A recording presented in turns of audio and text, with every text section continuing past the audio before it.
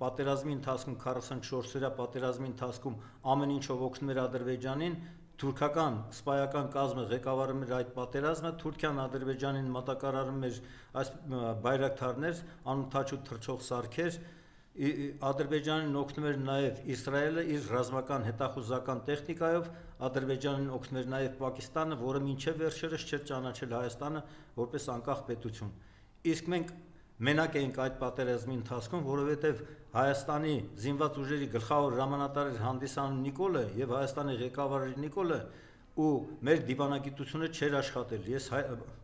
մեկ անգամ եւս կրկնում եմ, մեր զինվորներն ու մեր ազատամարտիկները չեն պարտվել, մեր բանակը չի պարտվել, պարտվել է մեր դիվանագիտությունը, պարտվել է գործող ապազգային թրքամետ իշխանությունը, պարտվել է Նիկոլ Փաշինյանը եւ սա Նիկոլը սա չի մարսելու։